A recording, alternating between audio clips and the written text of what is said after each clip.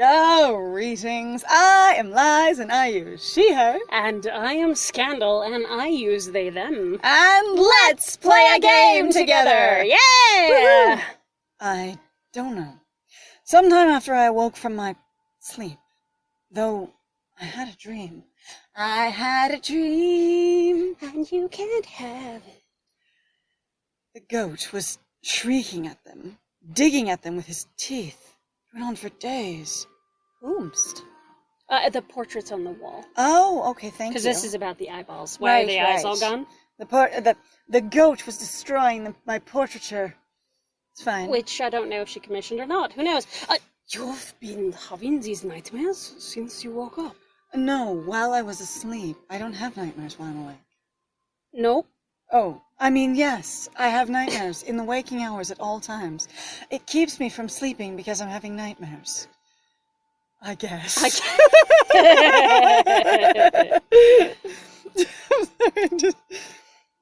We arrive at the doorway. Though the hall is cold, there is a red glow under the door. It gives off no heat. Though the hall is cold, the light is also cold. What? Though the hall is cold.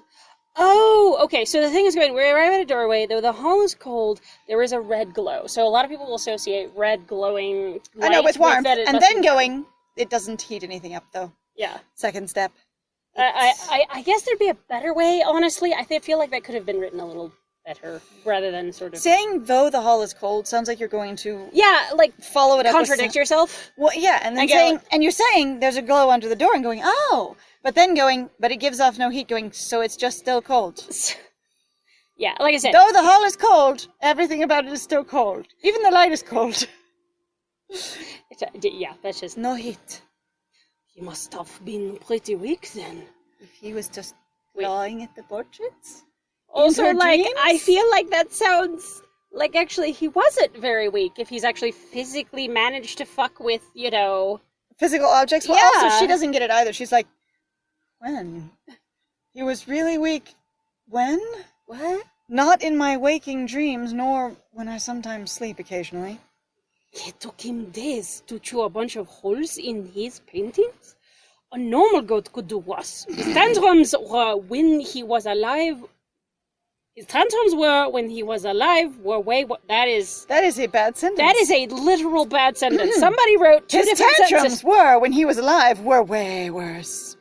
His tantrums when he was alive were way worse. Or you could say his tantrums were way worse. When he was alive. Mm-hmm. Yeah. You started writing one sentence and you finished with the second one and you never edited it again. I do think it's really funny that he's like, if it took him so long to do this small amount of damage, God, a goat could have wrecked his ass. Lucio ghost versus goat in the arena. Destroy your painting. Bing, bing, bing. Oh, I'm sorry, the goat wins. Everybody looks at Asra. Well, yeah, the goat has a body. He doesn't. Asra, nope, I'm the smartest person ever. I figured it out. Look at the goat crunching up that painting. See? See? And Lucio can barely get his hands on it at all. That's pretty impressive for a ghost. Nope. Got it. Right. Way worse. Well, way worse. There is a dragging sound from within the room. Breath sucked hard through clenched teeth. Both of us at the same time, like, I know what this is.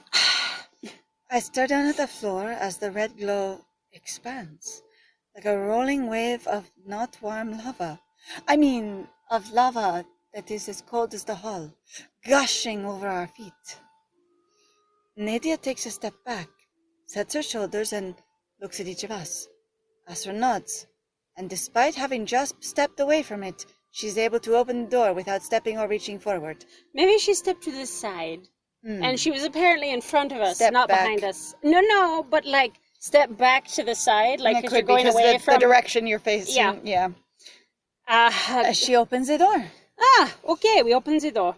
It's warmer inside, even though the light was not warm and you couldn't feel it under and the door. And the hallway was cold? And the hallway was cold, but that's good.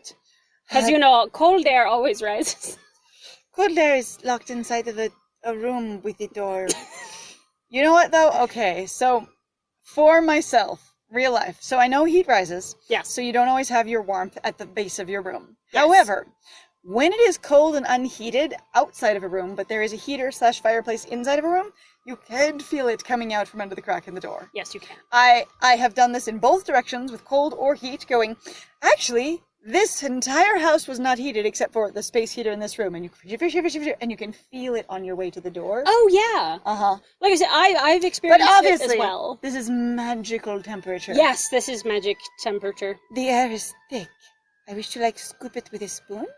The room is still, but it thrums with an unmistakable presence. It's made of whipped cream. That I clearly will not mistake. It is warm. It is toasty, but also the air is so thick, I feel like you could, maybe flavor coffee with it. Ooh. It's very yummy, I want a light, airy dessert, so I take the air and put it in, cream, maybe. Would it be nice? Mm-hmm. This will be lovely. It'll be very, very nice. All right, unmistakable.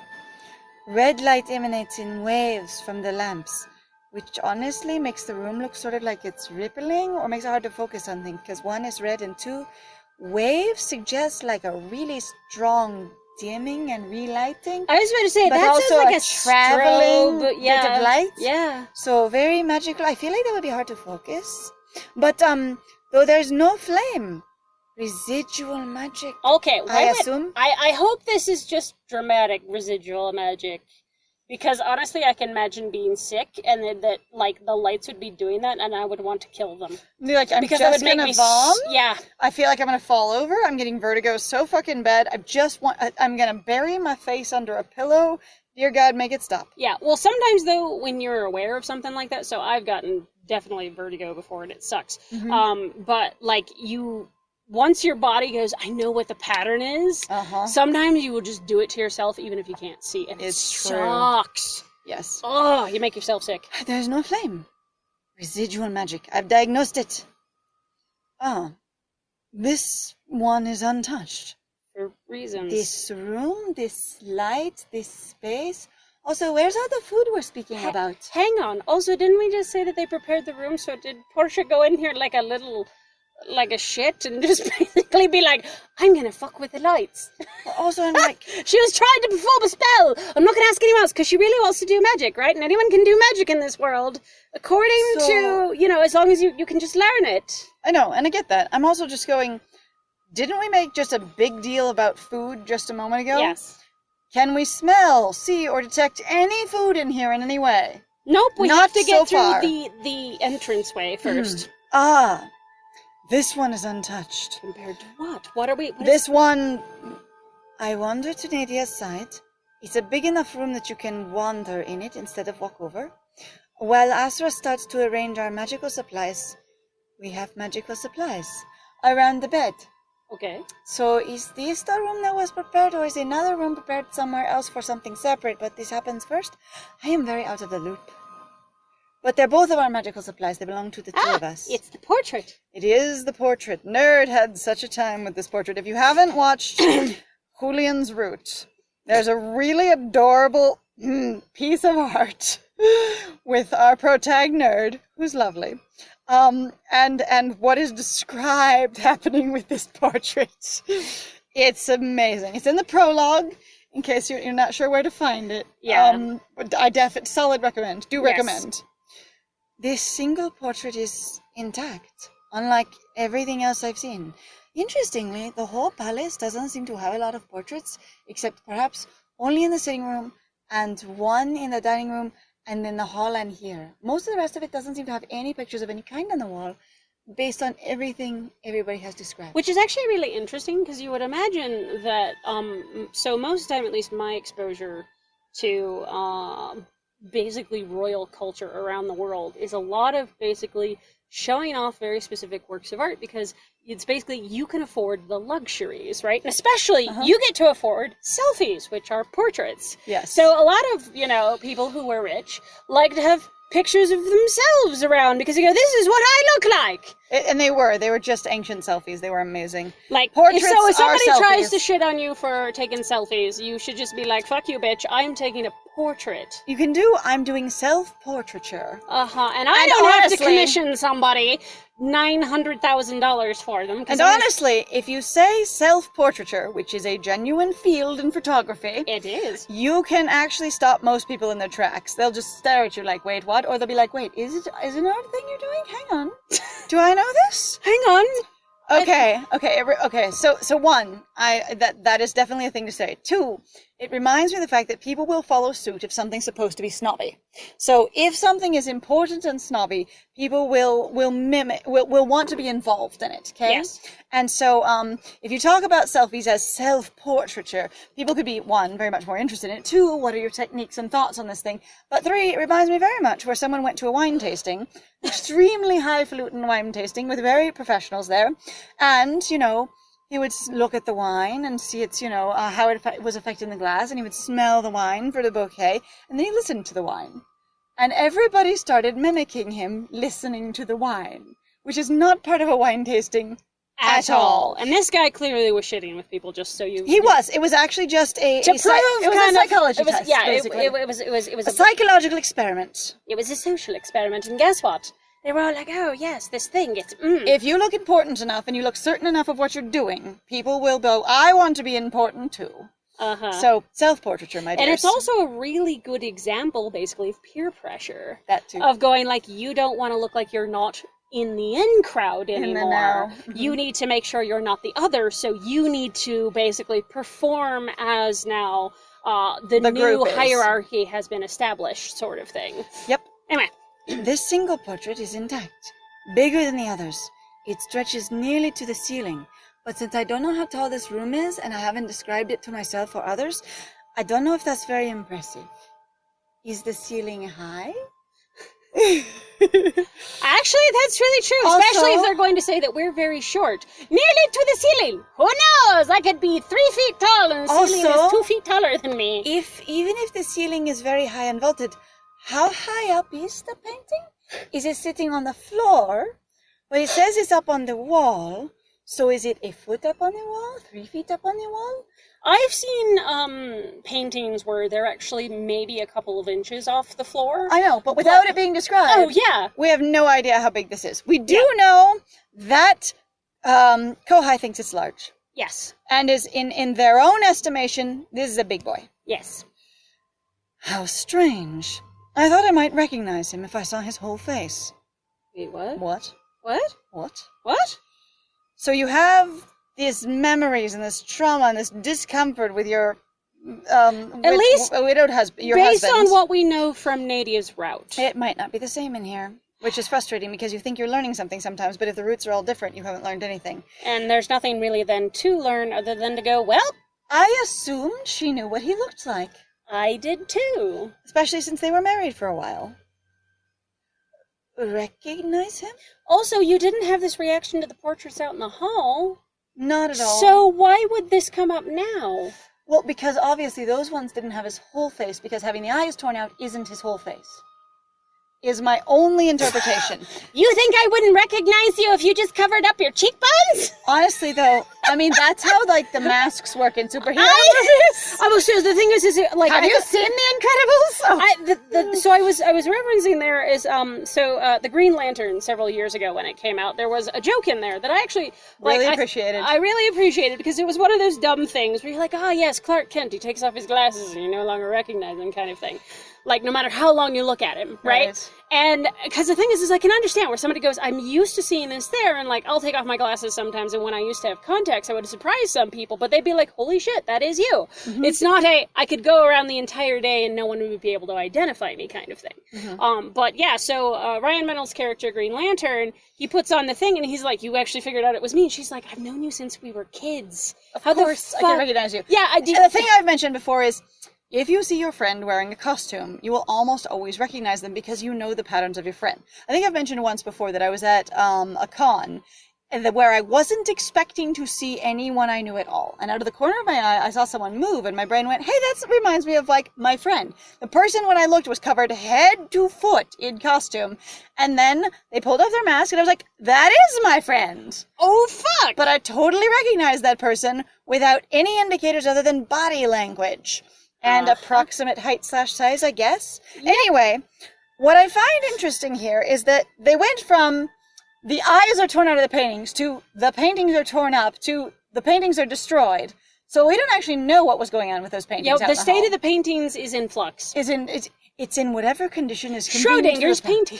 It is either destroyed or not destroyed, but it definitely doesn't have eyes. It's some state of destruction. Yep. But also, like... And so you can assume, based on the nondescript description, inconstant description, that she couldn't pick out his entire face from any of those portraits.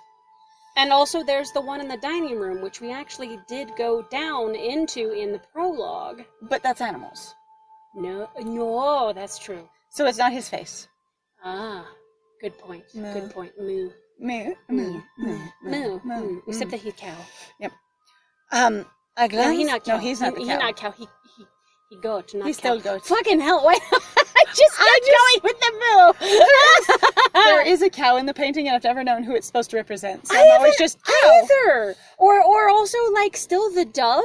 I was like, who the fuck is the dove? At some point, when I'm done playing all the routes that I'm going to play in here, I would genuinely like to see that portrait, the one in the dining room, with a little label of who each of those people, those animals represent. Just a little tiny name written on it.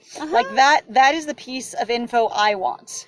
And obviously, the goat, you've got Lucio, and then I want to go from there and go, like, what are all the other characters? Right. At any rate, and Portia better not be in that picture, because she was not at the palace when it was painted. She wasn't at the palace while he was alive. Yeah. Anyway. At any rate, I glance at the Countess. She spent 6 years married to Lucio. I know this somehow. Did she not know his face? Okay, what? Okay, so now we really have gone to 6 years. So now it's not just 3 years. It really is longer, like we said, because it wasn't making sense before. Okay. And so the timeline really is her going, I literally do not remember from the second, basically, that I got married to him, which seems to be the day that she went over the bridge, which was the last thing she remembered. And that was it. So 6 years ago, the only thing she has is going over this bridge to this castle, and that's all she's got, and Lucio is completely gone from her mind. If it's the same as the other route. I say, what I would like to point out, now that I'm here and now that I'm thinking about it, we played NADIA'S entire route, and it never once mentioned, one, when she met Lucio, how she met Lucio, and that there was anything ever at all other than getting married to him and being married to him. So hear me out for a second. I mean, we've talked about that before. Remember, we were like, why does she not discuss what happened? Why does she not... Not even any of that. Just for a second. Did they ever court, date, be engaged, betrothed, anything? No. Based on what she's described, she met him on the same day she married him. Because she has no other experiences with him other than being married to him. Yeah, it's a little wild. And you'd think they'd have had to meet at some point. And even in that route, it takes like 5 or 6 days to fall in love with the protag, so at least 3 or 4. Honestly, though, based on her reaction, didn't she make a comparison going, I have a bad habit of falling too quickly in love? Yeah, and being very impulsive. Uh-huh. And the thing is though, but and I was like, what'd you do? Run into Lucio? And instantly was like, that one. I can't not. I mean, we talked about I can't not.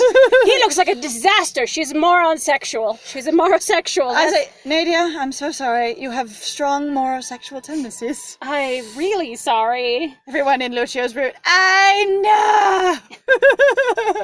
It's so bad and good. Uh-huh. Well, then, yeah, like, enjoy it. That's the thing I want to know, though, sometimes, like, did they actually ever know each other in any way prior to before being married? Actually getting married? Like, it sounds like she didn't even meet him before they were married, but also, as far as I can tell, her family never knew him either, so it wasn't arranged for her, and she says she chose it. So, was it literally, we didn't have a big wedding, we didn't announce this to anybody, I literally just walked into what I assume is his kingdom, because it wasn't hers, married this guy, and the day of, in a tiny little ceremony with whatever we could cobble together, and then was married to him for 6 years, and then after the 6 years, hang on, if she was married to him for 6 years, that means he then died, and then she has 3 years of amnesia, which now becomes 9 years of amnesia, because she wasn't married to him after he was dead. Oh shit, that's true. Oh! Because the thing Well, is, that's she's worse. saying 6 years married to Lucio. You're not married to him when he's dead. And she's specified, I'm a widow now. So that's not married anymore. So that means Wasn't she it though spent... that we actually figured out it was just 1 year? She's just really awkward about time frames. Like, he was, like, there was... The thing is it couldn't decide if it was like there were 3 years together, or and then we were like, wait, are you talking about So longer? she was asleep for 3 years, and she said she couldn't remember any of them and claimed it was amnesia, but I said, if you were asleep, you can't remember anything anyways. No one remembers events happening outside in the world while they're asleep. Yeah, that's just not a So you're not characteristic of having 3 people. years of amnesia if you've been in a coma for 3 years. You've just been in a coma. You're just knocked out, dear. You just don't have memories because you were asleep. Anyway, At any rate- I don't understand it either. Honestly, okay, so if I was going to go with, so what we know from the other routes, right, Uh-huh. because I don't have anything else, Yep. is how awkward this is all put together is the fact that it's basically supernaturally influenced. Yes. So is the fact that she literally did just meet him on the day she got married to him, because whatever deal Lucio had made was to basically somehow insinuate, I guess, himself into, like, the royal family? Because I still don't know much about his background, right? Like I said, So as he far as I decides to know, marry one of the princesses of, you know, the nation, of the nation, so or the empire. of the empire. And so, like, I could see him basically in a bid for going, see, look what I have here, because that sounds like that. But there's literally nothing else in 2 other routes to even talk about that. And the thing is I want to know, like, I understand from other people saying things that Lucio didn't used to be a royal.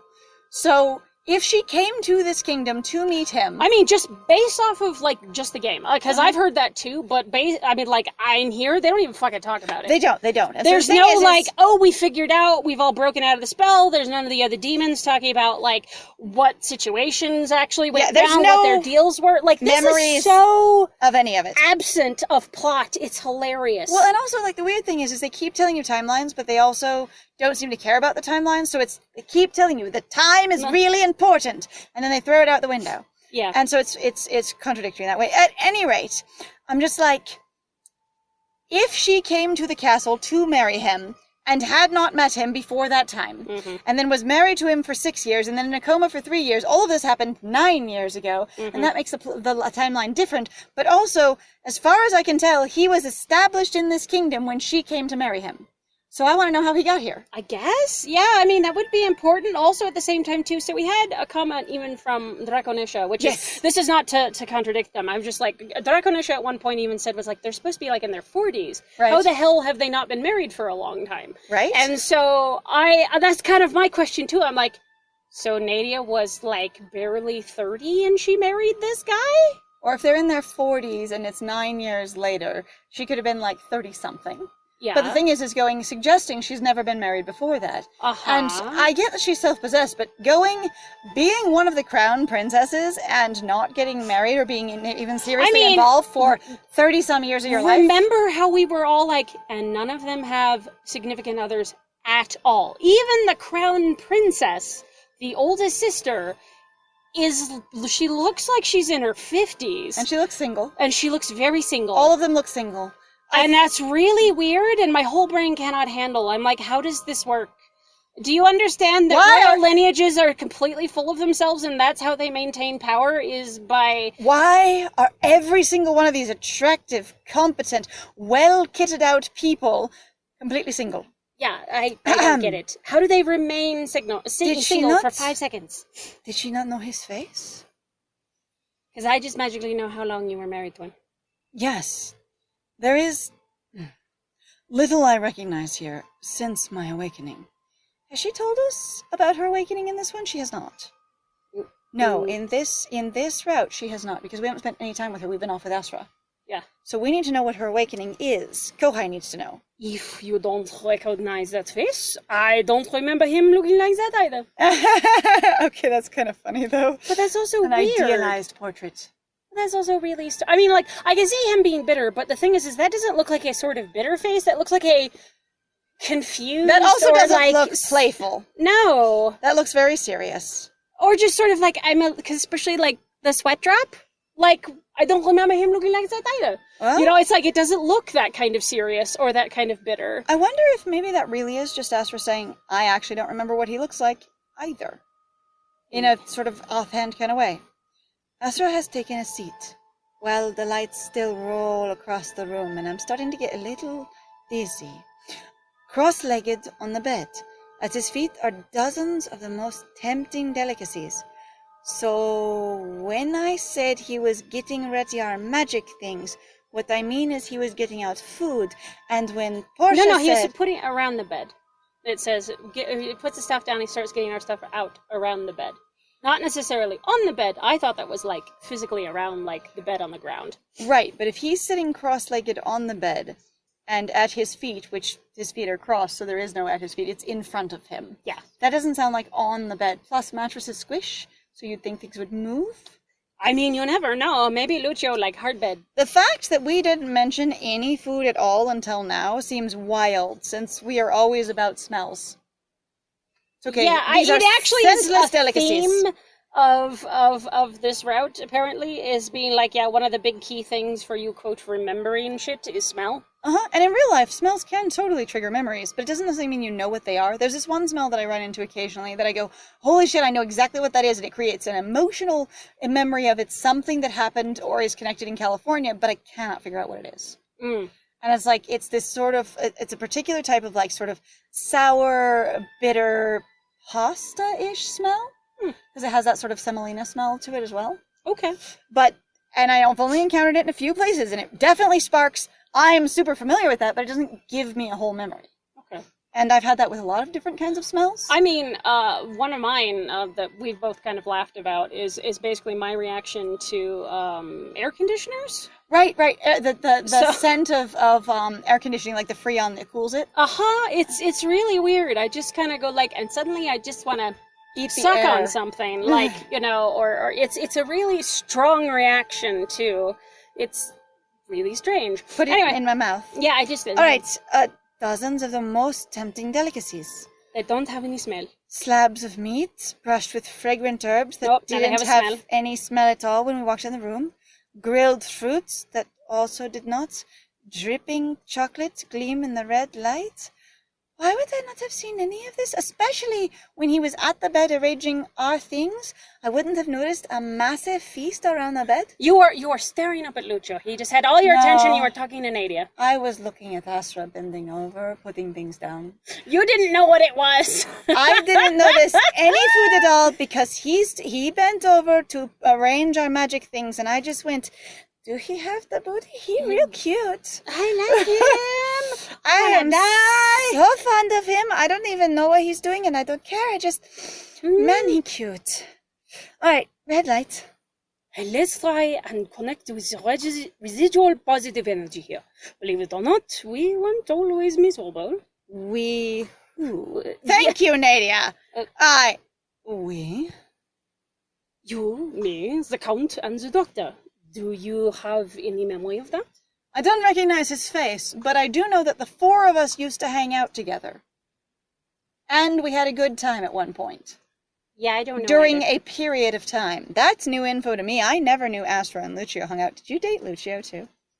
I need to know. Did you manipulate Lucio Honestly, too? if you also got involved with Lucio, I'm astounded you don't know that he's involved with the devil. Because especially if you were the one collecting the Arcana cards from each of the people bound to them. No, you're right? Like, I know the devil is his Arcana. That's, I don't want to, I have nothing to say to that. Memory of that. None whatsoever. And yet, I can imagine it very clearly. The four of us, hanging out, having a good time, an entire period of life. Not that I can picture Lucio and having a good time with him at all. What the fuck? No, actually, that completely contradicts it then, because she said she was nothing but miserable with him for the most part. And that means, actually, that they had a good time at points, because even Asra's like, we weren't always miserable, so we did have, good times. Now, the thing is she's saying, I can't remember it, but I can picture it. That means she's able to, in her mind, conceive of her and Lucio having a nice time together. Yeah. Which, obviously, she had to fall for him, want to get married to him at some point, the day she met him. Or we assume, like I said, unless there was some sort of, demon deal that was just like, I'll just give you a princess. Or it was more politically motivated of her going, I want to do something. She's talked about wanting to save, affect the city. No. So she shows up, and the ruler's a disaster, and she's like, you know what? I can save the city if I marry you. Today. Right. And he's like, done. Yeah! Today! And so anyway, she can imagine it very clearly. I assume that for a few minutes, maybe a few days, she could have had fun with him. Yeah. That's really weird. Well, when the Count used to lay in here all day like this, he often demanded our company. But Both of you. What? Why would he demand your company? And that also includes the doctor. That's true. All three of you. Because he was talking about all of you. Why would he want all three of you in there? Why does Also, it as far as I knew, based on Julian's route, and also possibly more in NADIA'S, Julian never came to the castle to be here until there was the plague. Yeah, I don't understand that either, where he was sick, right? Because he got sick and then the plague started. Yes. Was and that... so no, the thing is Lucio didn't get sick, but the plague started before he was sick, but they were on bad terms way before that. Yeah. So, what? I'm confused again. Anyway. But I could never pity him too much. Look at his bed. It's enormous and so plush. He makes a show of spreading out his limbs, stretching his arms over his head and basking in the comfort of the Count's bed, with his shoes on. Wait, do we have shoes on? We were just wearing bathing robes. Did we just walk through the palace with bare feet? Do we have slippers? I feel exposed. We have slippies? I think there was probably slippers. So he is luxuriating in a robe, doing a starfish position. Do you know what happens to people if they spread out like a starfish when they are wearing a robe tied at their waist? Usually, it splits at their leggies and up to the tie at their waist. Oh, it doesn't. That's true. It does not. Anyway, keep going. At any rate, we might have all just got a really good look at Astra. It's actually, no, it's like Kill la Kill, and it's the flashing gleam that you can't see. It's just he spreads out, and you just it just glows radiant. Woo! You can't see anything. It's okay. The food is steaming so hard you see nothing. It's fine. Yep. When I turned to join him, because I was whoof noise. Going to just get on the bed with him, I guess, I feel the faintest breeze at my back. The whistle of claws trying to snatch? Why would I know that very specific sound? I don't know. Kohai, you are psychic. The Countess follows me as I turn to the bed? Just sit down, I guess. When I turn to join him, she follows me, but I feel this. Okay. We all go to the bed. Kohai, you'll be in the middle. You'll take the place of the Count for now. Because when you were all in bed together, the four of you, the Count was in the middle and the two of you were on the outside. Where was Julian? I don't know. It's okay. We're missing Julian. It's all right. Right. All you have to do is play games and spit out the food you don't like.